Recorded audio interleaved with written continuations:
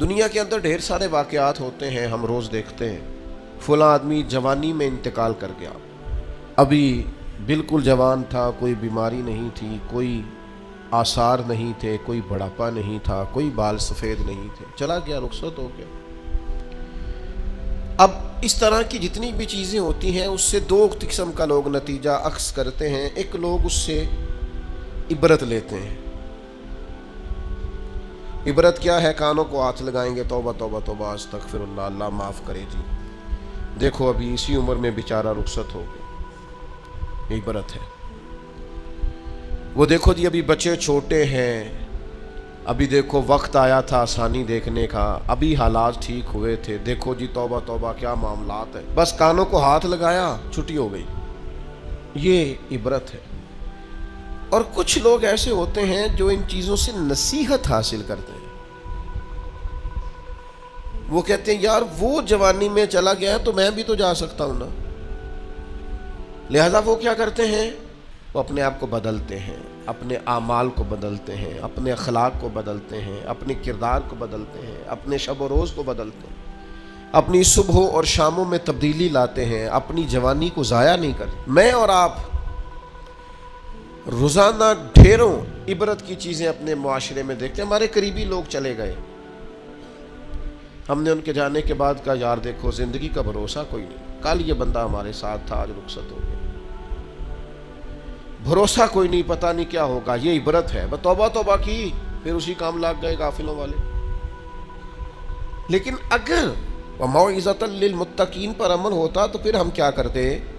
پھر ہم کہتے یار اگر وہ چلا گیا ہے تو بیٹھے میں نے بھی نہیں رہنا، جانا مجھے بھی پڑے گا، لہذا تیاری کرو۔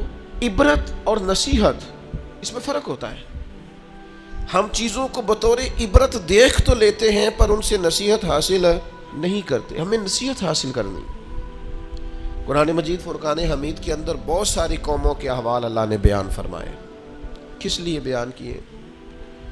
قرآن کوئی معاذ اللہ ہمیں کوئی واقعہ سنا کے ایسے ہی گزرنا تو نہیں چاہتا، لیکن اتنی قوموں کے حالات ہیں، جگہ جگہ ذکر ہے جناب نوح کا، ان کی قوم کا، جناب داؤد کا، ان کی قوم کا، جناب لوط علیہ السلام کا، ان کی قوم کا، جناب شعیب علیہ السلام کا، ان کی قوم کا، جگہ جگہ پہ ذکر ہے، تذکرہ ہے، انبیاء نے انہیں سمجھایا ہے، وہ باز نہیں آئے، اس کی انہیں سزا ملی ہے۔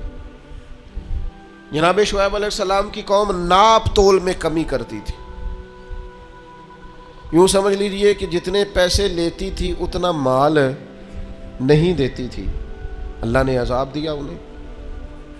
ہم نے قرآن مجید کے اندر اس واقعہ کو پڑھا، اس حالت کو دیکھا۔